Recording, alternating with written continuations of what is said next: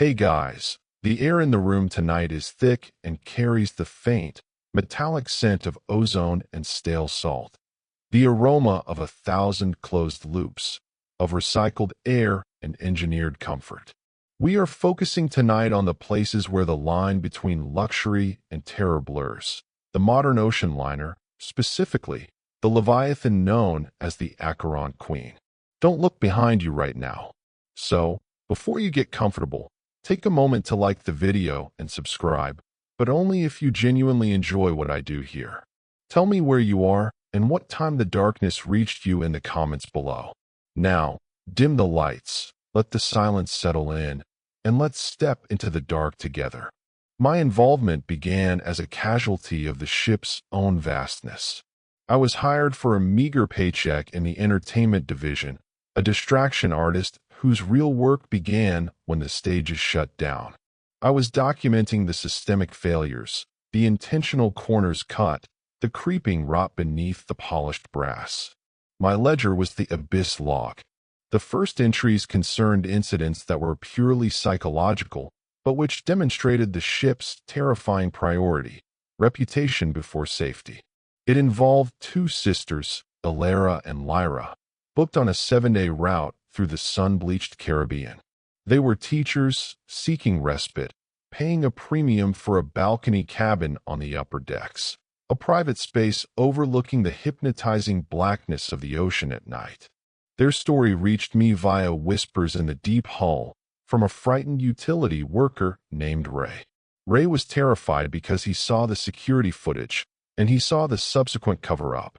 The incident revolved around a cabin steward, a man named Silas, whose job was to ensure their comfort, but whose presence quickly became an invasive, suffocating weight.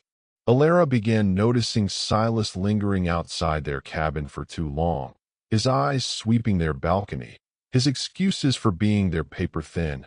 Just checking the floral arrangement, madam. The shift came on the third night. Alara was jolted awake, convinced she had seen a shape moving at the edge of the railing. Silas, not cleaning, not delivering, just standing, watching them through the sheer curtains that offered an utterly false sense of privacy. She dismissed it as a dream, a trick of the motion. Lyra slept on, oblivious. By the fifth night, the terror was undeniable. They woke simultaneously, choked by the sudden, heavy intrusion of cold air and an overwhelming sense of violation. The sliding glass door to the balcony, secured with 2 separate locks, was wide open, and standing inside the threshold, 6 feet from their bed, was Silas. He was silent, utterly still, a gaunt sentinel of dread. He didn't fumble or apologize. He simply stared at the 2 women, registering the impossible breach of their personal space. Lyra's scream was a raw, terrified sound, instantly muffled by the state-of-the-art soundproofing. Silas turned, stepped back onto the balcony, and vanished into the night. He hadn't fled. He simply withdrew, like a tide pulling back. They scrambled to the phone, calling the emergency line. The immediate response was telling. Not panic, but an icy, controlled professionalism. Here is a vital grounding fact about these vessels. Cruise ships operate in a deliberate legal vacuum. When a crime occurs in international waters, security is the first responder, and their primary directive is mitigating damage to the cruise line's liability, not prosecuting a crime. Alara had been paranoid. She had set up her phone to record the room, pointing directly at the balcony door after the first uneasy night. The video was clear. Silas, using what looked like a proprietary tool, manipulated the lock, slid the door open, and entered. They presented this evidence to Commander Krell, the head of security. Krell, a man whose presence felt like compressed anxiety and concrete, reviewed the footage. His reaction was not anger at Silas, but annoyance at the inconvenience. This is highly regrettable, ladies. A lapse in judgment by a junior member of staff, Krell pronounced. We will deal with this internally. His solution was a swift, terrifying maneuver of institutional control. Silas was not apprehended. He was not locked up. Instead, Krell immediately relocated Alara and Lyra to a new cabin, deep in the belly of the ship, an internal room with no windows, no balcony, just four solid walls of unforgiving steel. "This is for your total peace of mind," Krell explained, the lie hanging thick in the air. "By eliminating all external points of access, we guarantee your safety." And then came the cold weight of the mandate. The integrity of the Acheron Queen is paramount. Upon disembarkation, we require your absolute silence regarding this unfortunate incident.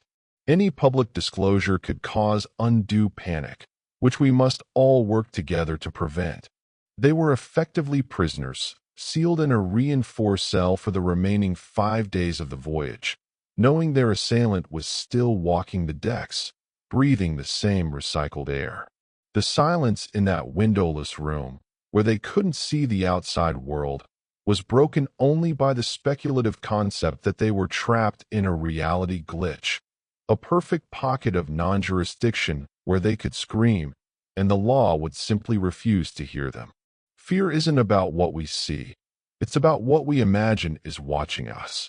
Alara and Lyra didn't fear Silas as much as they feared the realization that the entire structure of the cruise line protected him. They left the ship with profound trauma, realizing that in this floating city, the greatest threat wasn't the ocean, but the administration. The file on Silas and the two sisters was sealed with Krell's signature, marked employee transfer and passenger resolution. Silas was quietly reassigned to the depths of the vessel, far from the guests, where he could breathe the oily, warm air of the engine room and be forgotten by the tourist class. The Acheron Queen had successfully swallowed its own dirt. A few months later, the vessel shifted from personal malice to institutional neglect. The Caribbean route was a massive logistical challenge, packing thousands of guests into tightly controlled spaces, maximizing every dollar. This is where Arthur and Maeve entered the picture, celebrating their 15th wedding anniversary in one of the ship's cheapest, most confined spaces, an inner cabin, a steel box without a single porthole, relying entirely on conditioned air and false light. Their anniversary cruise coincided with the rapid, aggressive spread of a highly contagious pathogen, a brutal norovirus strain that found the ship's recycled systems to be the perfect incubator. Within 48 hours, over 400 people were violently ill. The ship transformed from a floating resort into a sealed petri dish. Arthur, a man who documented everything, began his journal entry on day 1 of the sickness. The medical facility, a glorified nurse's station designed for aspirin and seasickness patches, instantly collapsed. There were maybe 3 nurses and one overworked, often unqualified, doctor for 4,000 people. Corporate, remote, and untouchable, mandated a full ship lockdown. Every passenger was ordered to stay put, turning the entire vessel into a series of isolated quarantine cells.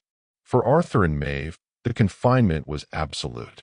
No window meant no reference point, no ability to gauge the severity of the crisis outside their walls. Maeve, unfortunately, was hit harder than Arthur. The vomiting and purging were relentless, leading to instant, dangerous dehydration. Arthur tried the emergency line. Hours of busy signals. When he finally connected, the voice on the other end was robotic, detached. "We are prioritizing critical care. We have logged your condition. Maintain fluids. We will get to you eventually." He watched Maeve deteriorate. Her skin turned slack, her lips cracked, her eyes sunk deep into their sockets. He knew, with a certainty that chilled him to the core, that if she needed immediate medical intervention, a simple foredrip, it would not come. They were alone, miles from any authority capable of demanding rescue. A critical grounding fact emerged in the silence of their confinement. In cases of severe, rapid dehydration, especially in enclosed, air-conditioned spaces, the body's electrolyte balance can fail within hours, leading quickly to organ failure and death. The ship, by design, could not support life in a crisis. The true horror, however, came through the wall. Their cabin shared a thin, composite partition with the neighboring room. Normally, the wall swallowed most sounds, but now, the raw, visceral noise of sickness was unmistakable. Arthur listened to the adjacent passenger, a woman, he thought, traveling alone, groaning, retching, crying out weakly for help. Arthur wrote. It was a slow, agonizing soundtrack to despair. She was suffering the same hell as Maeve, but alone. I kept trying to phone, telling them to check the room next door, but the lines were dead. Then, slowly, terrifyingly, the sounds began to diminish. The groans grew thinner, the retching stopped entirely. For the final 10 hours, there was nothing. A total, deep silence. I knew, with a certainty that steals the breath, that she had passed out, or perhaps passed entirely, right there, 6 inches away from us, and no one would know until the lockdown lifted. The silence was the speculative concept that broke Arthur's mind, the sound of institutional death. The corporate structure of the Acheron Queen had engineered a system where passengers could silently perish, unheard and uncounted, their death merely an internal inventory loss. When the ship finally docked, 72 hours later, Maeve was rushed off, barely clinging to life. She was severely critical. The company's response was a masterclass in deflection, a regrettable, unforeseen environmental factor, a heavily prorated 40% refund, and a voucher for a future cruise, a bizarre, insulting offer of return captivity. My reflective thought was etched in bile. A cruise ticket is not a promise of luxury. It's a purchase of limited liability. When the system fails, you pay twice, once for the ticket and again with your physical and psychological well-being. Arthur and Maeve survived, but the psychological torture of hearing death through a wall, knowing the entire system prioritized profit over a simple bag, left them permanently scarred. They realized they were not guests, they were cargo. The norovirus outbreak confirmed that the Acheron Queen was perfectly willing to let people suffer and die if the alternative meant disruption or cost. But the truly chilling capability of the vessel was its ability to make people vanish entirely, erasing their history in the middle of the sea. This happened when the route shifted north, trading the hot humidity of the tropics for the stark, desolate majesty of the Alaskan coast. The vast, empty waters here seemed to swallow signals and memories whole. Kinsley, an independent traveler and sketch artist, booked a solo journey seeking inspiration. She found community, briefly, in an older woman named Dahlia, a spirited, talkative retired schoolteacher. Dahlia was unmistakable: bright scarves, robust laughter, and a signature monarch butterfly sticker affixed proudly to her large, rolling suitcase, which she mentioned contained her journals. They dined together for 4 nights. Dahlia spoke openly of her plans for the future, of her family waiting on the coast. She was clearly stable, happy, and looking forward to her life. Then, on the 5th day, Dahlia was gone. Kinsley noticed the absence immediately at breakfast. She inquired at the purser's desk. "Dahlia, cabin 612. Kinsley asked. "She missed dinner yesterday and breakfast today." The purser, a young man who looked perpetually overworked, consulted the electronic manifest. His expression hardened into a rehearsed neutrality. "Ah, yes, Miss Dahlia. She was transferred off the vessel in the early hours of the morning. A family emergency back home required her immediate return." Kinsley felt a sudden chill, a primal alarm bell ringing deep in her chest. "Transferred? How? We haven't been in port for 3 days. We are hundreds of miles from the nearest coastline." The clerk didn't blink. A private, unscheduled transfer was arranged. Highly discreet. Everything is logged and finalized. The term private transfer in the middle of the empty Alaskan sea sounded like a euphemism for death. Kinsley refused to accept the smooth, corporate narrative. She recounted a fragment of a memory from the night before, around 3 a.m., when she had stepped onto her balcony, unable to sleep, watching the churning wake. She had seen activity on the deck below. 3 security men, the heavy, unmarked detail Krell used, emerged from the vicinity of cabin 612. They were moving swiftly, silently, and they were dragging one large rolling suitcase. The detail that froze her blood was the bright yellow and orange sticker, Dahlia's monarch butterfly. Kinsley watched them maneuver the luggage toward a restricted service elevator and disappear into the belly of the ship, presumably toward the incinerator or the pressurized waste disposal system. Dahlia was gone, and her earthly belongings were being purged. This led me to a crucial grounding fact about the maritime jurisdiction. When a death or disappearance occurs on the high seas under a flag of convenience, the investigation often relies entirely on the cruise line's own internal records. The company acts as judge, jury, and record keeper. The lack of independent oversight is the point. Kinsley demanded a meeting with Commander Krell. She didn't mince words. She stated she had seen Dahlia's suitcase being secretly disposed of and demanded to know the truth. Krell was monumental in his denial. "Miss Kinsley, you are allowing your imagination to run wild. We have confirmed Ms. Dahlia's emergency disembarkation. This is a closed matter." His eyes held a chilling intensity. "I advise you, strictly for your own benefit, to cease this line of inquiry. You are upsetting other guests and risking creating panic. We value your remaining time aboard, so please, confine yourself to activities that do not involve speculative interference." The implication was clear. Kinsley was dangerously close to becoming another administrative problem. The speculative concept I logged was the manifest erased. Was there a special code used internally to wipe a passenger's status, ensuring they were no longer searchable? The moment Kinsley left Krell's office, Dahlia's cabin was marked out of service, and the hallway reeked of industrial cleaners. The smell of decay mixed with chlorine. Weeks later, after the cruise ended, Kinsley received an anonymous, untraceable message, a single line of text, "Found at sea. Closed as accident/suspected suicide." The trauma of witnessing the corporate disposal of a human being, the smooth lie, the rolling suitcase, the oppressive bleach smell, silenced Kinsley completely. She understood that in the vast, empty ocean, the ship was a perfect, self-contained murder scene where the victim was not merely killed, but surgically removed from the record. Fear isn't about what we see. It's about what we imagine is watching us. Kinsley realized that if the ship could make Dahlia disappear while the vessel was full, then every passenger was merely a potential blank space on the manifest. The story of Dahlia confirmed the Acheron Queen's operational mandate. Human life is disposable, and silence is mandatory. But the ship's secrets ran deeper than discrete disappearances. They were built into the very architecture of the vessel.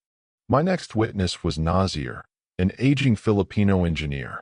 Nazir was part of the graveyard shift, crawling through the ship's deepest arteries, the maintenance decks, the service tunnels, the roaring, oil-slicked sublevels that no passenger ever saw.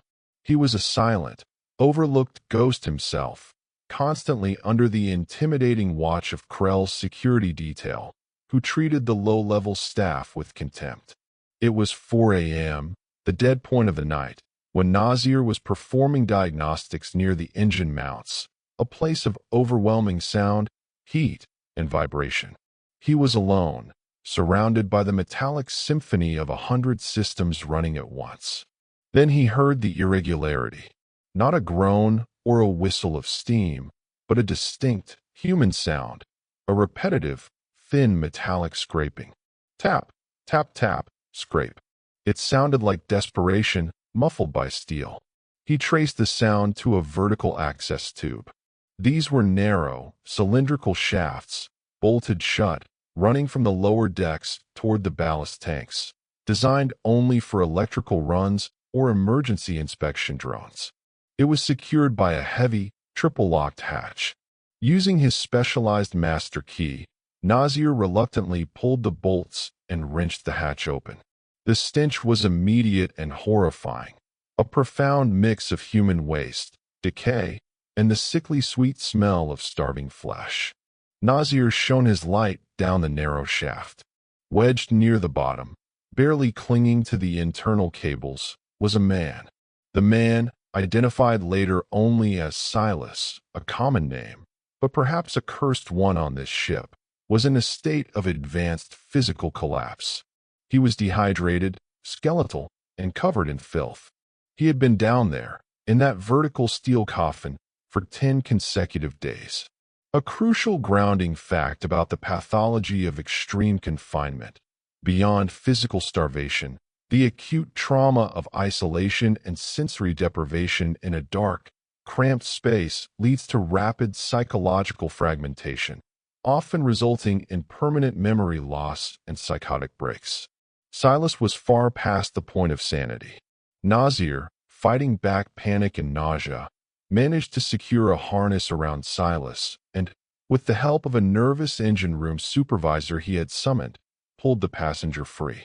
Silas was barely conscious, but when the medical team arrived, they were quickly followed by Krell's most imposing security men.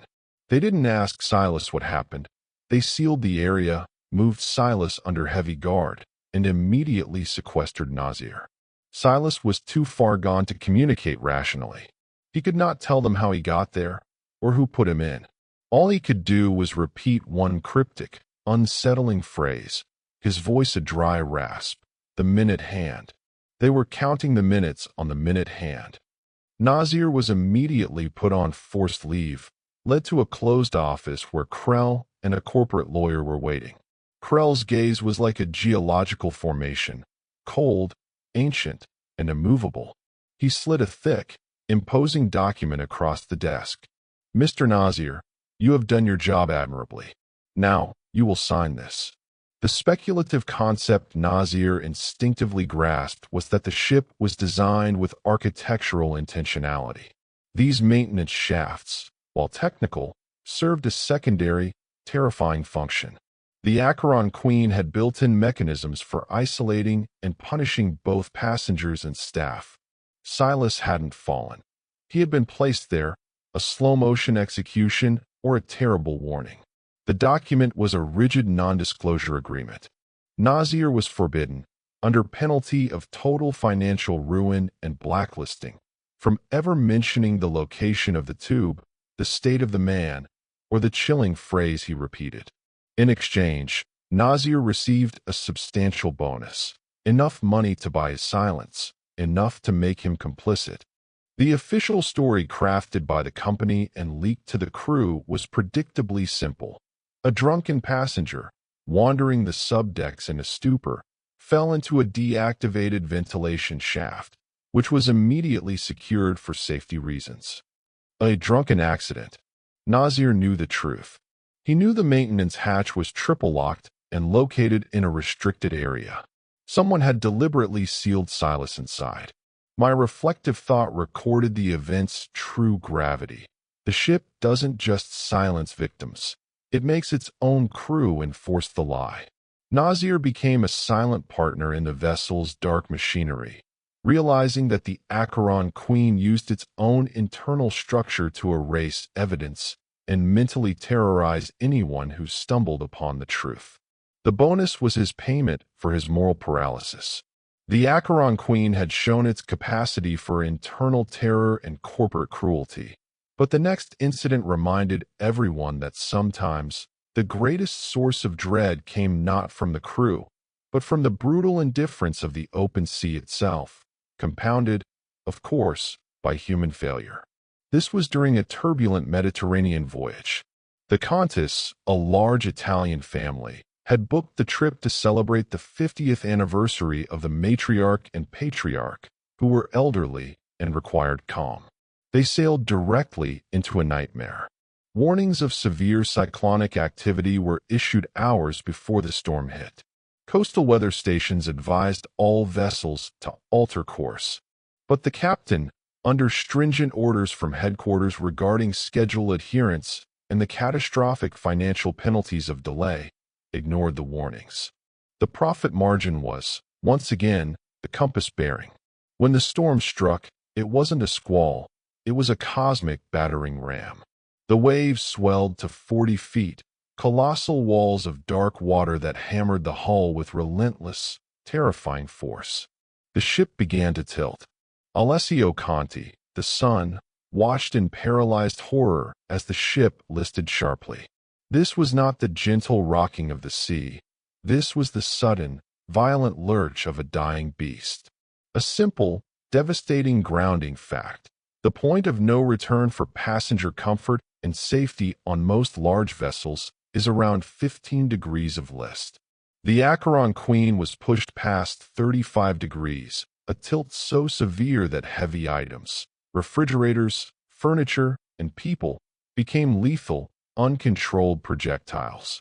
Alessio's mother, caught unaware, was thrown hard against the side wall of the cabin, suffering a severe head wound that bled profusely onto the vibrating, slanted carpet. Alessio struggled to keep his frantic father secured as the world outside was consumed by white spray and roaring wind.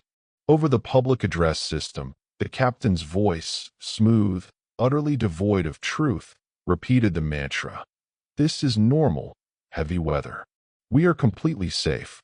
Remain calm." The lie, repeated dozens of times over the 38 hours the storm raged, was an insult to the physical reality of the devastation. Below decks, the sounds were apocalyptic. The wrenching shriek of metal, the sickening crack of glass, and the screams of hundreds of injured passengers. The makeshift medical center was overwhelmed by severe trauma, broken limbs, spinal injuries, and concussions. The speculative concept in play was corporate will over reality. The captain was literally choosing to risk the lives of thousands by insisting that a catastrophe was normal turbulence. He was imposing the narrative of the company onto the furious truth of the sea, prioritizing the abstract financial schedule over concrete, immediate human survival.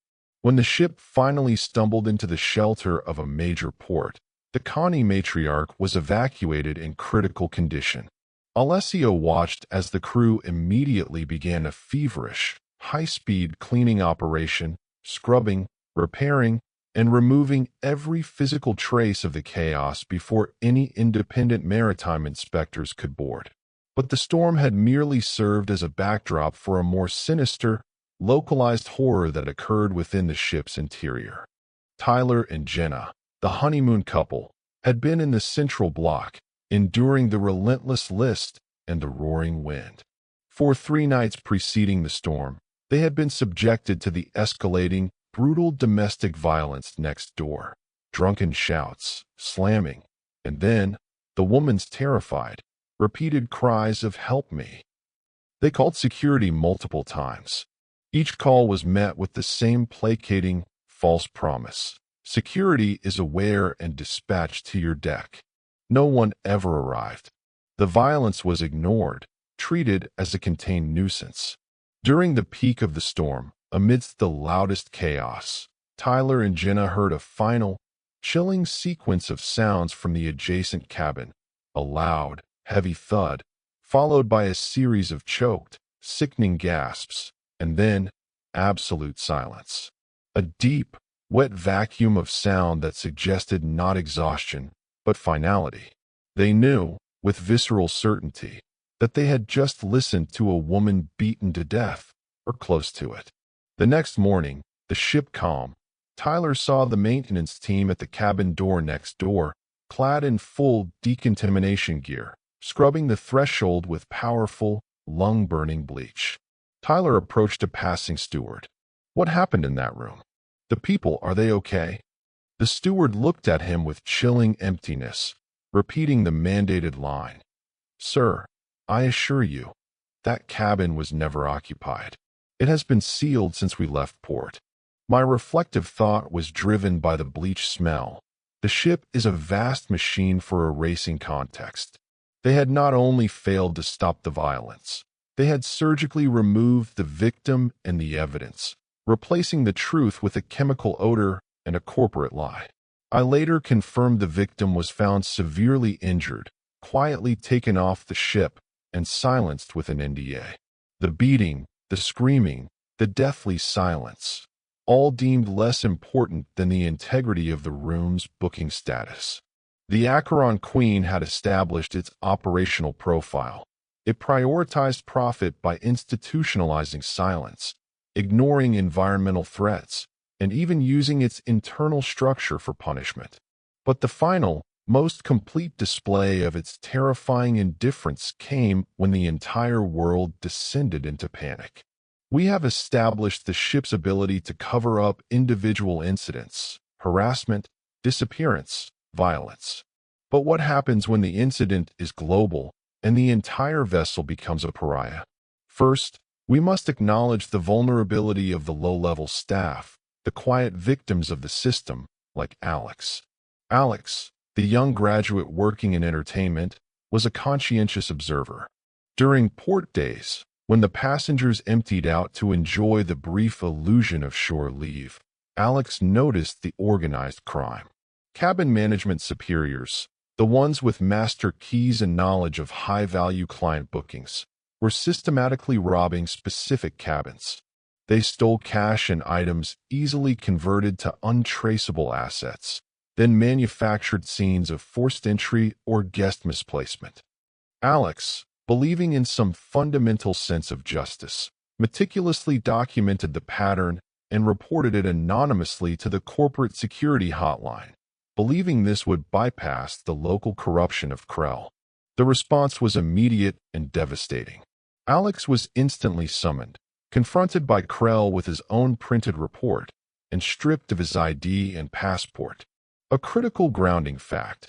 For many international crew members, their freedom is tied directly to the ship. Confiscating the passport renders them stateless, trapped in the vessel's internal jurisdiction. Alex was not fired or charged. He was simply disappeared. He was locked in a maintenance overflow cabin deep in the engine ballast tanks, a reinforced, windowless steel box vibrating with the ship's constant mechanical hum. For 2 weeks, he received bland rations and the psychological terror of Krell's anonymous security man, who told him, in chilling detail, what would happen if he ever spoke of the thefts again. The superiors he reported remained untouched. Alex realized the speculative concept. The Acheron Queen is its own sovereign nation, and theft is merely a controlled revenue stream. His loyalty was irrelevant. Only his silence mattered. He was released, passport returned, but mentally broken, a one-way ticket in hand, having signed NDAs that silenced him forever. The system of erasure was universal, extending even to the most public areas of the ship, as Rivka discovered. Rivka and her 3 closest friends were celebrating a 30th birthday. Her friend, Genesis, was a careful, relatively sober person. Rivka woke at 3 a.m. Genesis's cabin door, right next to hers, was ajar. Rivka assumed she was just restless. By breakfast, Genesis was gone. Rivka helped search, quickly escalating the alarm. Security was efficient, immediately checking the corridor footage. It confirmed Genesis leaving her cabin at 2:17 a.m. She walked down the hall, turned the corner toward the main atrium, and then every subsequent camera feed failed to pick up her presence. No trace on the outer decks, the stairs, or the public areas. The ship searched for 6 agonizing hours. Then Krell announced the finding: accidental fall overboard due to excessive inebriation. Rivka knew the lie was impossible. Genesis was sober, and the path to the railing was heavily covered by surveillance. The only possible explanation was that Genesis had been removed in the one blind spot, or that the ship had physically swallowed her. My reflective thought: the ship does not lose people, it filters them out. Genesis was simply deemed undesirable data and deleted from the live feed of reality. The final, total confirmation of the Acheron Queen's operational priority came in March 2020. The world was beginning its descent into the global pandemic. The Kais family of four were on a short cruise when the world shut down. Suddenly, every port rejected the vessel. The Acheron Queen became a plague ship, adrift and unwanted. Hundreds of people became infected. The Kai's 14-year-old daughter, suffering from a high fever of 104 degrees Fahrenheit, was desperately ill. The ship's medical facilities, already revealed to be critically inadequate, collapsed entirely. No oxygen, no critical care capacity. For 9 days, the Acheron Queen drifted aimlessly. The whole world watched the ghost ship on the news, a pariah in the middle of the sea. The company refused to declare a medical emergency that might harm its stock price, even as the sick died in their cabins. The speculative concept here was the ultimate trap. The ship was not just a venue. It was a perfect, self-sealing mechanism of biological containment and financial preservation. The Kais family finally disembarked 23 days later, broken, traumatized, having seen the final, terrifying truth. The Acheron Queen will prioritize its bottom line over the health, safety, and life of every single soul aboard. The litany of horrors on the Acheron Queen was built on a foundation of calculated institutional failure. We saw the ship's ability to cover up malice, silence, and manage crisis, norovirus. But these incidents required the failure of people. Krell, the captain. What was truly terrifying was the systemic, passive failure, particularly in the medical facilities, designed to prioritize cost over care. The story of Eleanor illustrates this cold calculus perfectly. Eleanor was a 67-year-old widow traveling alone, seeking solace in the sea air. Crucially, she had a history of heart issues, including stents. She carried her medical records, meticulous and recent, detailing her condition. 3 days into the voyage, Eleanor felt the crushing, unmistakable pressure in her chest and radiating pain down her arm. She went immediately to the ship's medical facility. The ship's doctor, a man named Dr. Thorne, saw her chart. He listened, briefly, to her symptoms. Then, he delivered the verdict with condescending detachment. "It's just anxiety, dear. Old age nervousness combined with the motion of the ship. Go back to your cabin, rest, and relax." He ignored her detailed medical history, her pleas, and the physical symptoms. He refused to run an EKG, citing overuse of resources. A damning grounding fact about shipboard medical staff. Due to the unique legal and financial structure of cruise lines, the doctors hired often operate under significantly less scrutiny than their land-based counterparts. Some carry questionable qualifications, and many are pressured to minimize costs and diagnosis severity to avoid expensive medevacs or liability claims. Eleanor returned to her cabin, frightened but believing the professional. Hours later, the pain intensified into a searing, paralyzing agony. She was having a major myocardial infarction. She collapsed, calling the emergency line only for a nurse to dismiss her symptoms again as panic and advise her to drink water. She was moments from death, alone in her cabin. Her only salvation came because another passenger, a visiting cardiologist on vacation named Dr. Chun, heard her distress call and, recognizing the severity in her voice, broke protocol and forced his way in. Dr. Chin immediately recognized the full-blown heart attack and, using the ship's emergency satellite, bypassed the captain and security, threatening an international malpractice lawsuit unless an immediate helicopter evacuation was ordered. Eleanor was airlifted off the ship, barely surviving. Subsequent investigation, triggered only by Dr. Chen's threats, discovered that Dr. Thorne's medical license was fraudulent, procured in a low-regulation country and accepted by the cruise line as the cheapest available option. The speculative concept here is medical nihilism. The ship operates under the assumption that some passengers are statistically expendable, and the cost of quality care outweighs the risk of preventable death. My reflective thought was grim. The Acheron Queen is not built to save you. It is built to manage the statistical cost of losing you. This culture of calculated neglect extended to internal affairs, too, as Alex, the young employee, tragically discovered. Alex, witnessing the systemic theft ring run by the cabin management superiors during port days, made the fateful decision to report it through the official corporate chain, bypassing Krell's local control. Within hours, Alex found himself in Krell's office, facing the physical embodiment of the ship's unforgiving power. His passport was confiscated, a devastating grounding fact for any international crew member, rendering him instantly stateless and powerless. Alex was not fired. He was disappeared into the vessel's belly, locked in a vibrating, windowless steel box in the lower ballast tanks for 2 weeks. He was given minimal food and subjected to intense, quiet psychological terror by Krell's men, who made it clear that his future and his family's safety depended entirely on his silence. The superiors he reported remained on deck, operating untouched. The speculative concept crystallized here.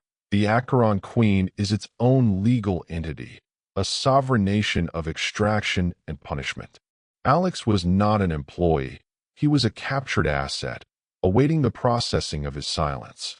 This system of deep, institutionalized erasure extended even to the most public areas of the vessel, claiming the most unlikely victims. Rivka and her 3 friends were celebrating a milestone birthday. Her friend, Genesis, vanished at 2:17 a.m. The initial corridor camera footage confirmed Genesis leaving her cabin. She walked a few feet, turned the corner into the brightly lit atrium lobby, and then she disappeared. Every subsequent camera feed, which should have tracked her across public decks, registered nothing. It was as if she stepped off the edge of reality in a heavily trafficked corridor. The ship searched for 6 hours, then abruptly ceased, declaring accidental fall into the sea due to drunkenness. Rivka, knowing Genesis was sober and that the route was fully covered by surveillance, realized the horrifying truth. Genesis wasn't lost. She was filtered out. The cameras didn't miss her, they erased her. My reflective thought sank into the deep water. The ship does not lose people. It manages its inventory. If the camera doesn't see you, the corporation decides you never existed. The final, total confirmation of the Acheron Queen's priorities arrived in March 2020. The COVID-19 pandemic shut down the world. The Kais family was on a short cruise that turned into an odyssey of dread. As ports worldwide closed their gates, the Acheron Queen became a pariah, a floating contagion vessel, drifting aimlessly for 9 days. Hundreds were infected.